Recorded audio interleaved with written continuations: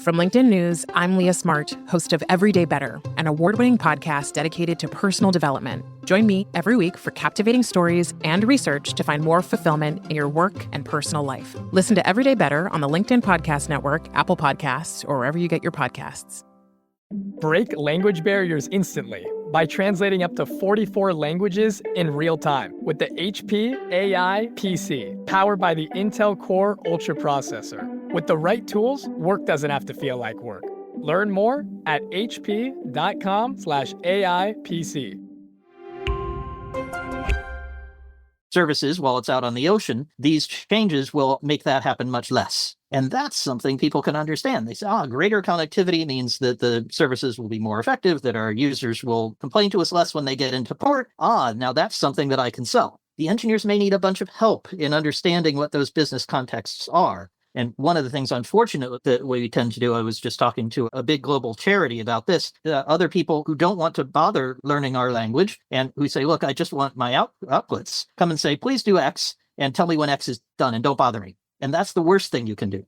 Much better to say, here's why I want X. Here's how it's going to benefit the business. Here's what it's going to mean to the bottom line. It's going to reduce costs, increase revenue, something like that. And how could you help me solve that problem? Here's one way I know, but I'd love to hear another way. Again, you're inviting that falsification. You're being humble, as you were saying, and that's making sure that you are open to other solutions and you're getting a business description of the value of whatever the engineers tell you. Hey, I'm Kwame Christian, and you are about to step into the world of Negotiate Anything, the #1 negotiation podcast in the world, where we teach you how to make difficult conversations easier while getting more of what you want in the process. Each episode is packed with practical tips and strategies from the experts. We delve into negotiation, conflict resolution, and leadership skills that are crucial in both business and in life. Whether you're closing a deal, managing a team, or navigating personal relationships, Negotiate Anything provides you with the tools you need to succeed. Our conversations are real, relatable, and most importantly, rooted in practicality.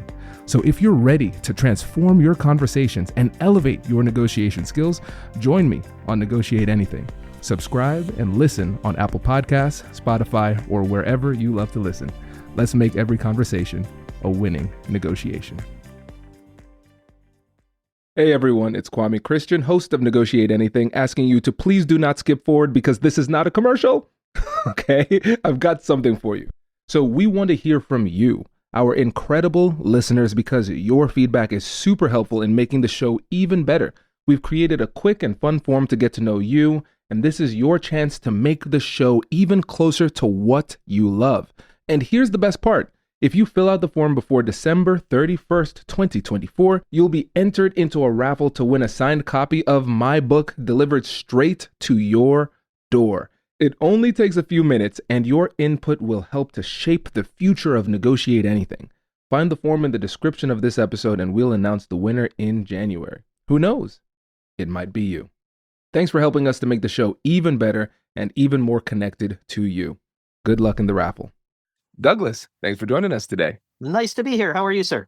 I'm doing well. Thanks for coming on the show. And for the listeners, that is the only time you will hear me say Douglas, because Douglas prefers to go by Squirrel. So I will respect you on that. So how about you get us started by telling us a little bit about yourself and what you do? Well, I'm here in England in my 600-year-old house, and although I talk this way, I'm actually English. So to totally confuse people, that these beautiful beams are underneath a thatched roof. So great opportunity to be in an interesting place and to talk about interesting things, which is what I love to do, because I'm a tech person by training. I've been writing code for 45 years, but what I love to do is actually have conversations. And I wrote an entire book about how you can have really effective conversations with technology people. You were saying that you were having trouble before we got started with tech matters. So I bet having that tech conversation might be one that you might find is difficult. And I have a lot of techniques for doing that a lot more effectively and negotiating with us engineers who love ones and zeros and helping other people to get on with us in a much better way. Incredible. And Squirrel, I'm going to have to restrain myself because I owned a house that was 100 years old. And I remember how challenging that was. So maybe afterward, we could talk about 600 years old. That's incredible.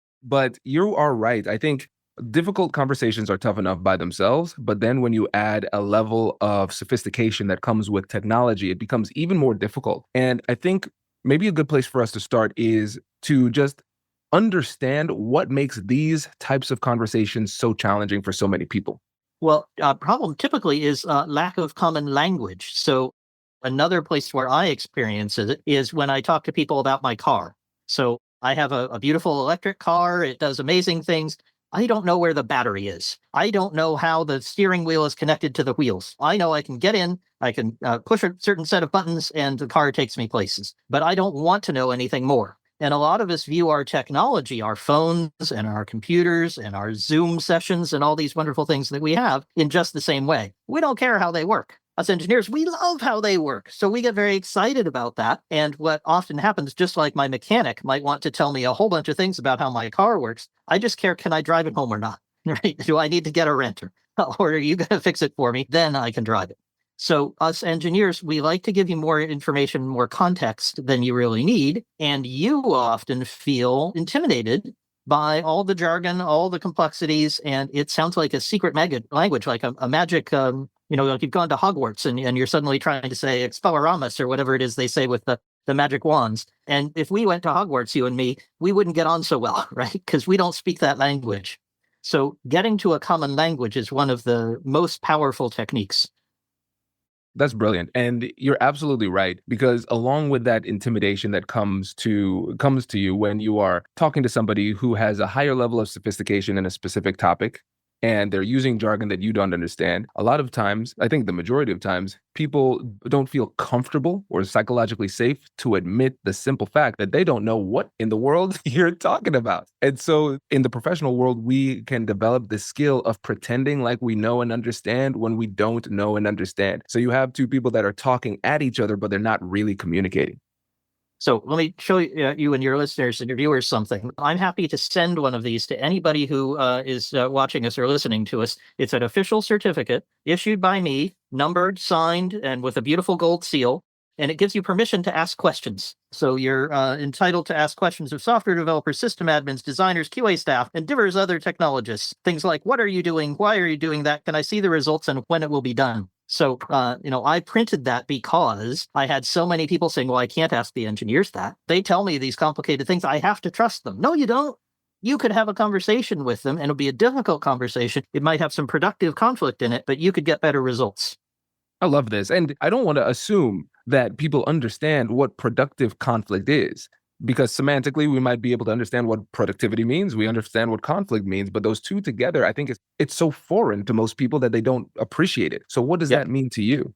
Well, let me demonstrate non-productive conflict. You jerk, because you just haven't listened to me. And why didn't you look this up? And you know that I'm really interested in productive conflict. Why don't you know what that means? Now, that's unproductive conflict, clearly, because I'm attacking you personally, and I'm not listening to anything that's important to you. But a productive conflict, now, believe me, I don't feel this way, so please don't feel bad. I hate it when I attack the host. I feel bad. But here's the point. If I were to say something like, I'm kind of feeling disappointed, and my disappointment might be unjustified, but I want to tell you about it. And the disappointment I have is that you didn't look up productive conflict, and it sounds like you probably didn't even read my book. And that makes me feel sad and unimportant. And I wonder whether I might be wrong about that. Is there something I'm missing, or it's something that I could do differently?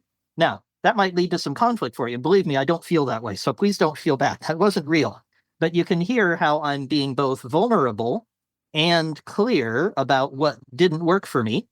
And I'm inviting you to tell me where I might have contributed to the problem. Now, that might lead to a productive conflict where you say, yes, Squirrel, you didn't even send me your book. Come on, if you don't send me any information, how am I supposed to read it? And I would learn something. I would say, oh, wait a minute, I should send the book to people before they have me on their podcast. Now, that's completely made up. None of that is actually true. I don't want people to feel like we're having that conflict. But you could imagine having that with your engineering team, where you're having trouble with your Zoom calls, or you're trying to build some new amazing feature into your website, and it's not done on time. And you could tell people how you were feeling about it, why that made you feel that way, and invite them to help you understand how you might have contributed to the problem. That's a totally different type of conversation. And guess what? Engineers are very responsive to that. Everybody is, but engineers particularly, because it's very clear. There are so many things I love about this, because I think for me, a lot of this can be couched under humility. And when I think about humility, we can look at it as a virtue, but I like to think about humility in the form of accuracy. I'm just willing to make accurate assessments. Sometimes those are favorable to me, sometimes they're not favorable to me, but I'm going to be trying my best to be accurate.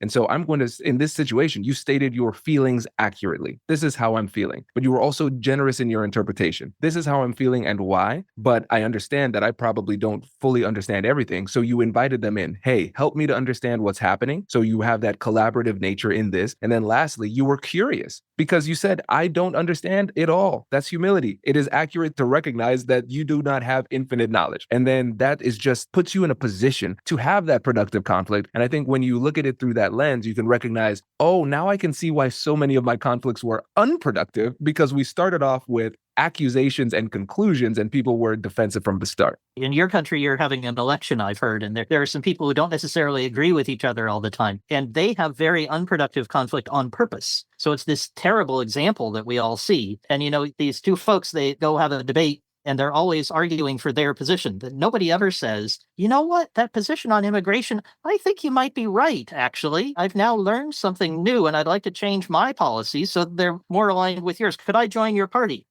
Right? That never happens, right? We never see that. But that's what we want in business productive conflict. We want to have an outcome where we actually understand better how we've contributed, what we might change, what we might do differently, how we might support our engineers better, give them better resources to change the scope of what we're asking them to do. And they might also say, hey, wait a minute, I have a better solution. You're asking for A, but I can do B technically. Wouldn't that be better?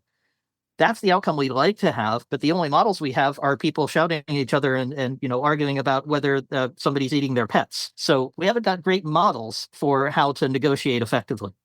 And again, I'm going to have to demonstrate some restraint because I want to go down that rabbit hole too, because the media, all they do is teach us just incredibly destructive ways to engage in conflict. And just like as children, we play follow the leader. We do the same thing in our adult lives. We look at the leaders of countries and organizations and we say, oh, that's what it takes to get at the top. That's how I should be. And we follow that lead. And the thing is, when you have an interaction between two people who don't agree and they engage with each other respectfully and they are deferential, they're curious, they are appreciative and respectful, that doesn't sell. Exactly. The algorithm does not promote said behavior. And so we just don't see it. So I'm really glad that you called that out. And I know for the work that we do at the American Negotiation Institute, we work with a lot of tech companies, and I see this internally in every company. The UX team, they can't communicate with the sales team, they can't communicate with the marketing team, and all of this, there's conflict just because of the inability to communicate, because what we recognize is we're speaking different languages. And so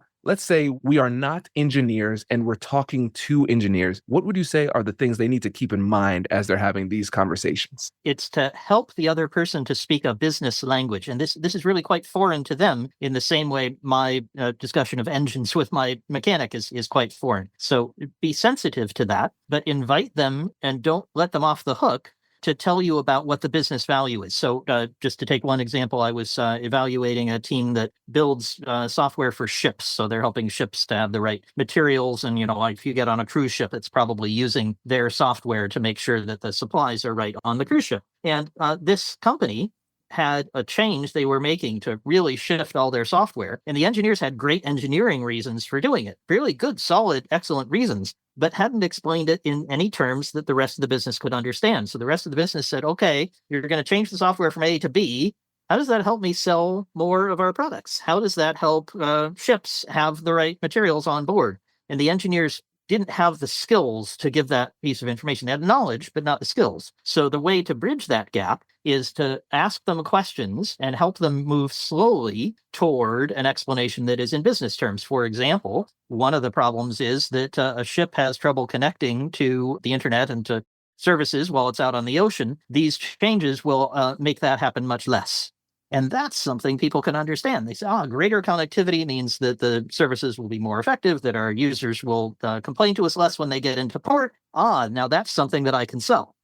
The engineers may need a bunch of help in understanding what those business contexts are. And one of the things, unfortunately, that we tend to do, I was just talking to a big global charity about this, other people who don't want to bother learning our language and who say, look, I just want my outputs. Come and say, please do X and tell me when X is done and don't bother me. And that's the worst thing you can do.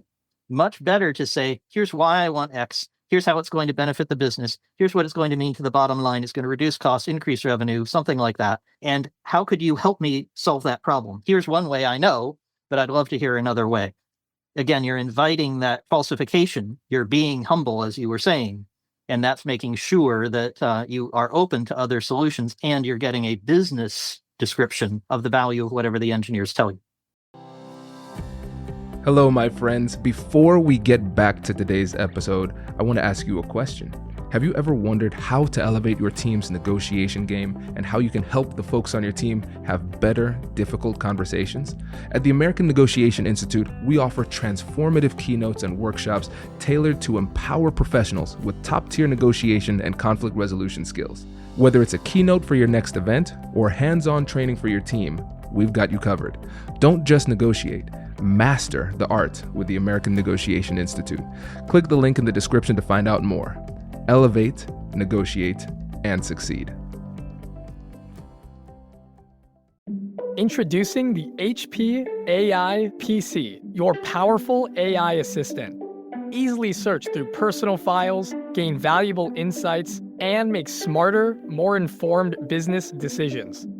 Unlock the future of work today with the HP AI PC, powered by the Intel Core Ultra processor. With the right tools, work doesn't have to feel like work. Learn more at hp.com/AIPC.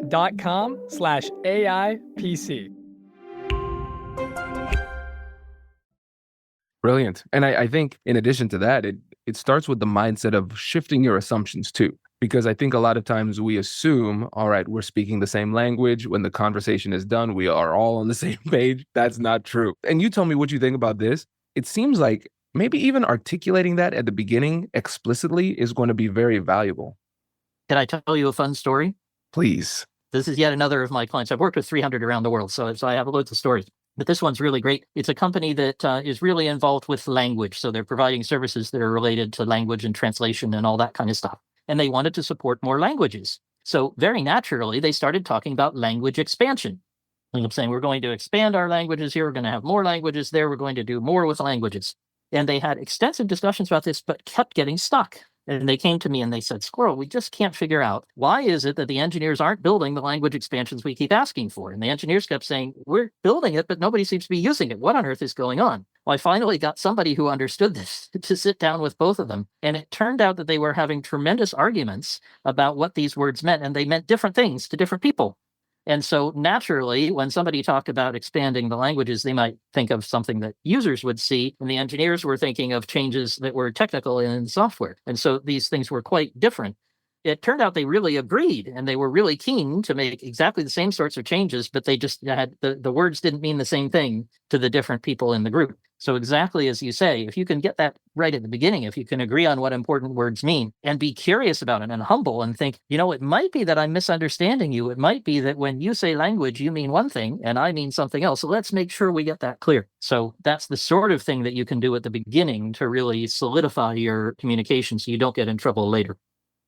What I love about all of these tips is that everything has been incredibly doable. We haven't even talked about high levels, negotiation skills and strategies. And I think a lot of times we overcomplicate these solutions, and it's the simple solutions that get us there. And let's think about this. If we are people who are having conversations in tech, we consider ourselves to some degree to be intellectual. And sometimes we over-intellectualize the problem and lead to unnecessary complicated solutions that don't work. And if we just take the time to have these preambles and say, hey, listen, we speak different languages, and then take the time to, before responding or reacting to what somebody says, just saying, hey, just before I respond, I want to make sure that we're in alignment. When you say language, what does language mean to you? And I think when it comes to a lot of these conversations, whether you're a negotiator or just a leader at work having tough conversations, it requires the humility to ask what might seem on the surface to be a stupid question.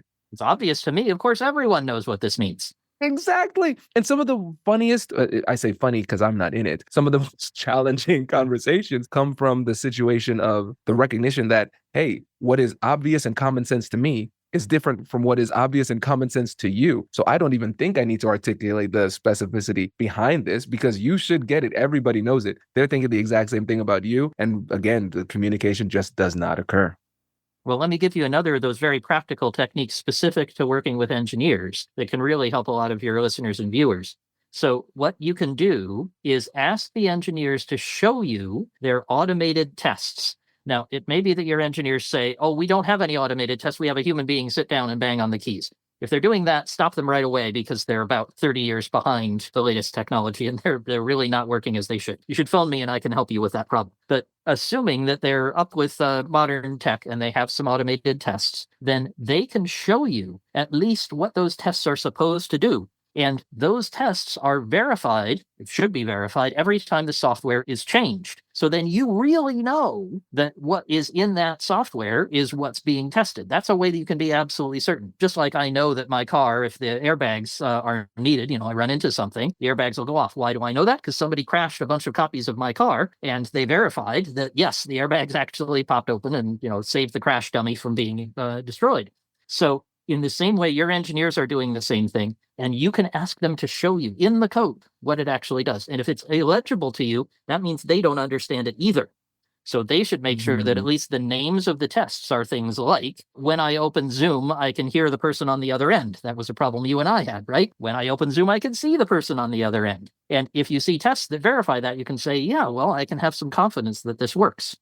And that's a way of getting to the same language, because if they say, oh, yes, we're creating an audio system here, we don't have any video because we don't have any video tests. You say, hang on a second, we wanted video. And I can tell you several occasions where people thought we're building it with video, but then they only found out the engineers were building it with audio. So this is a common type of problem. And I bet your listeners have encountered this many times where somebody says, I'm doing it to solve this problem for you, and they are not seeing that outcome. And you can do that, you can check that by actually asking the engineers to read the code and show you the actual tests that they're running. Oh, okay. This is great, because let me make a point that was not specifically articulated. I want to see how this lands with you. Because what we're seeing is if we ask them to show us the testing, the automated test, then we can actually see what it is that they're working on with specificity and have a clearer conversation. And now this is the deeper point. Tell me if I'm off on this, because what I'm thinking is that for me as a chess nerd, I love to play chess. And you and me, they just finished the Olympiad. I was watching all the exciting matches. India was just doing so well. Always do.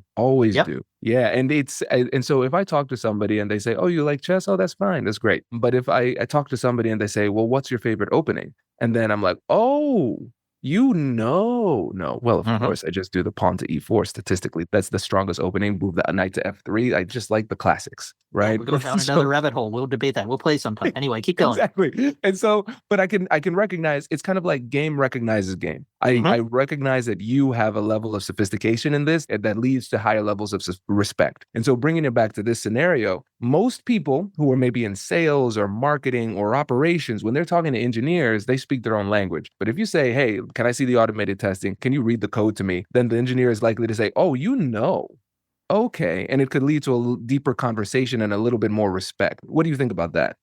So I think that's helpful, but I'd be cautious about it, because what it can sound like is if you just taught somebody to say, hey, how do you respond to the bird opening? And then somebody can say, yeah, well, I don't think it's very sound. I go e5. And then you continue. They might not actually know anything about chess. And so if you get into a deeper conversation, they're really going to be lost. And so what I'm not suggesting is that listeners go and take a coding course. I mean, that would be fun. Please do that. That's a great thing to do. But probably you have another job to do, and that's not your either avocation or your vocation. So that's okay. But what you can do is ask for the piece that makes sense to you. And so maybe a better chess analogy would be to say, well, I hear there are a lot of draws in chess, and that's one of the problems. Can you tell me more about how you avoid draws in your games? Without telling me the detailed chess notation and what you did, you might say things like, I like to attack on the king side. I like to defend very carefully and make sure all my squares are protected. And you could have a reasonable conversation. And those of our listeners who don't know anything about chess have understood that part. Whereas bird opening and 1 to e4, that didn't mean anything to them.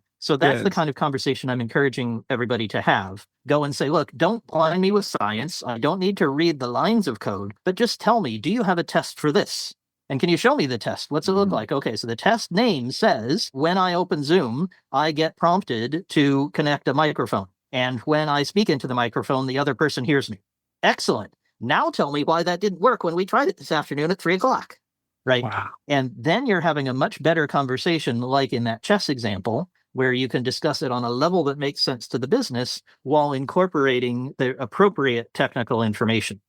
One thing listeners are going to hit when they try that is the engineers will say, you could never understand the code. It's hopeless. It's too complicated. You could never do it. And you say, just show me the names. Show me the names of the tests. And if they're named test 1, test 2, test 3, test 4, you go make them change the names to something meaningful. And they know how to do that. Wow. So if you can get to that point where they have meaningful information about what they're verifying, then you're on the road to a great business conversation that can help you really get a lot of profit out of your engineers. This is incredibly helpful. And for the listeners who are engineers, now, if you were coaching them on what they can do to make these conversations easier for the people who are not engineers, what would be the key piece of advice for them? The first thing is talk to people who aren't engineers. Get a lot of practice with that. And you'd be surprised how many people who write software only talk to computers. And one thing I'm constantly telling them is go have a beer with the people in marketing. Go attend a sales conference. Go along on a sales call. Go sit, there was one case where I sent a very crusty, very grumpy engineer who said, don't bother me, just let me sit in the corner. And I said, you're going to answer the phones. You're going to be on customer service for today. So, and he's grumbled and grunted and so on, but I sent him over there. And guess what? Our customers were 10-year-olds. So we were servicing kids. You can do this very easily now, but back then it was hard to get a debit card for your kids so they could learn about saving. Now you can do it at every bank, but we were quite innovative in doing it. And so he was answering phone calls from crying children who were out of money and whose card wasn't working. And guess what? He knew how to reach in the database and do sneaky, clever things so they could have some money. And he came back, he said, my God, this kid was crying. And then he got his hamburger at McDonald's and he was happy. And now I really understand why we're doing this. So if you can get that level of understanding of your customers, even though it's painful, even though it's not the thing you might want to do, and you prefer to talk to the computer, man, you can be a much more effective engineer. So you can encourage, if you're not non-technical person, you can encourage your engineers to do that. My dog agrees. That's why she's barking. And if you're an engineer, you can go seek out that kind of opportunity. I guarantee customer service will be completely blown away by having you show up, and they'd be very interested in showing you some of their problems.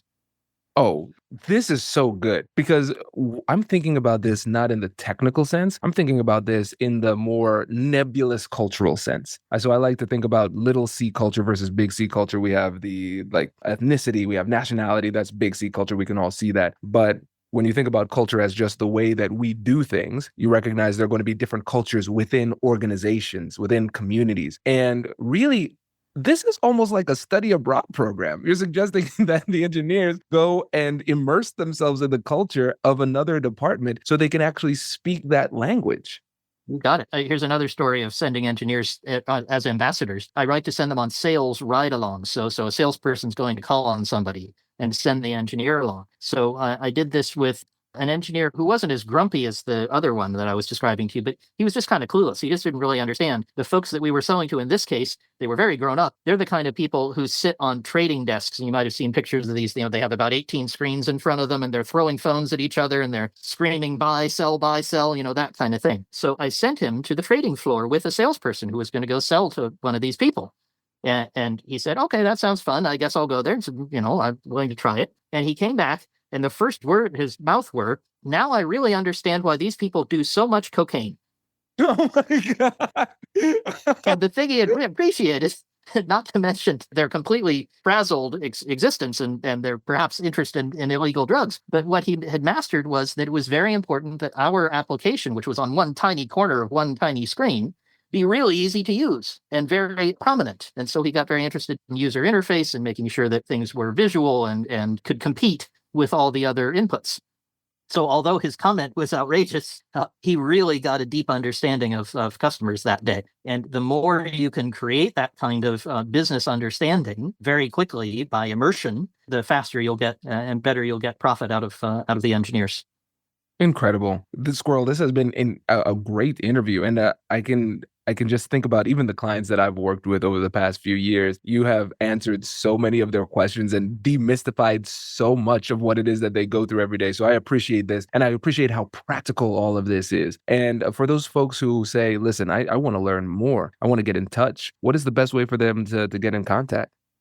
Well, here's the first thing for them to do. So I'd love to send them this certificate. I really need it. I have a pack of them right here. I'd love to put them in the post to you. And it's a great way to start a conversation with an engineer. Say, hey, I just got this certificate. It means I can ask you some questions. How about we talk about it? Show me your tests. So the best way to do that is to head on over to douglassquirrel.com. You just have to remember how to spell Douglas and then squirrel and put .com at the end. And I'm sure you'll put it in the show notes and things. And there's my email, my Twitter, my phone number, my home address. You come see me in my 600-year-old house. So everything's there. And if you write me and say, hey, I heard you on the Negotiation Podcast and I'd love to get a copy of their certificate, I'll get it in the post to you. So that's one. And then the other is that I run absolutely free a community of thousands of executives, tech and non-tech, and I'm helping them to negotiate and collaborate in this way. It's my way of giving back, so it's completely free. And that's called the squirrelsquadron.com. So you go to squirrelsquadron.com, and there you can sign up. I do weekly events. I do weekly emails. There's a forum where you can ask questions and say, how could I handle this problem? And there's loads of people around the world who participate and discuss these topics as we're speaking. So I'd love to see any of your listeners in any of those places. And all these things are free. There's ways to pay me for stuff, but I'd much rather help them out immediately by certificates, free events, and just getting in touch. Amazing. Squirrel, thank you so much for joining us. Really appreciate it. Absolutely. Wait. Now, before you sign off, I have something to tell you that I've never told you before. Just kidding. I've told you before, but you should listen to it again. I want you to know about Negotiate Anything Premium. Imagine all of the things that you love about our traditional feed, plus so much more. I know you like our traditional feed because you're at the end of the episode. And with Negotiate Anything Premium, you'll get more bonus content you've been asking for, more of the expert insights that you can't get anywhere else, and more exclusive behind-the-scenes access into every conversation. Are you ready to get more of what you want out of your life, career, and every conversation?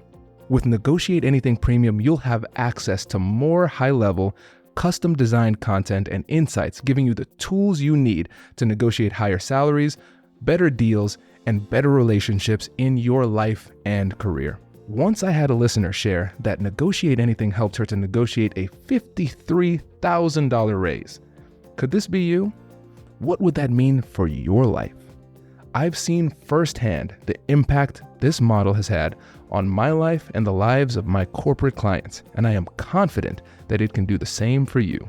Are you ready to negotiate more of the best things in life? Click the link in the show notes to learn more. I'll catch you later.